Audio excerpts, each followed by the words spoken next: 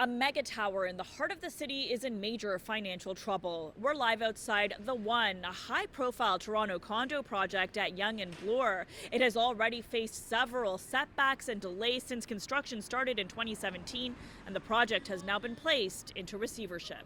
You can look at The One on its own and know it's Toronto. It's the same way that you look at the CN Tower and you know that it's Toronto. Big promises made for the 85-story luxury condo at one of the city's most iconic intersections.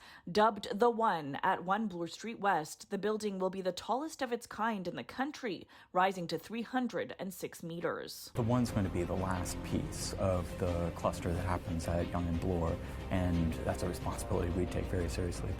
The project was expected to be complete by December 2022 at a cost of $1.4 billion. But today, the concrete walls and columns only reach the 40th floor.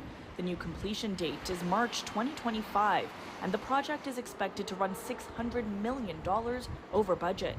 Real estate projects are inherently risky. They're complicated. It's interesting that it's this project that was so high profile. It's such an important corner that had such fanfare around it. Lenders now forcing the project into receivership, claiming the developers failed to make payments on the growing debts.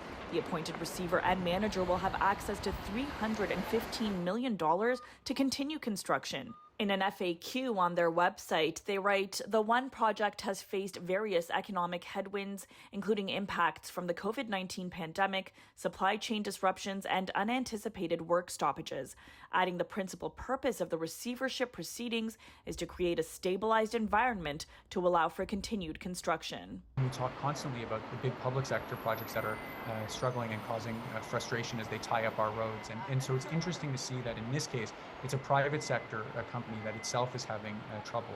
And in the midst of a housing crisis, recognizing that we need those units for places for people to live. And those have now been delayed repeatedly. Of the 475 units, 75 remained available as of August. They come with a hefty price tag, currently starting at $3 million, with some of the penthouse suites listed online as high as $31 million.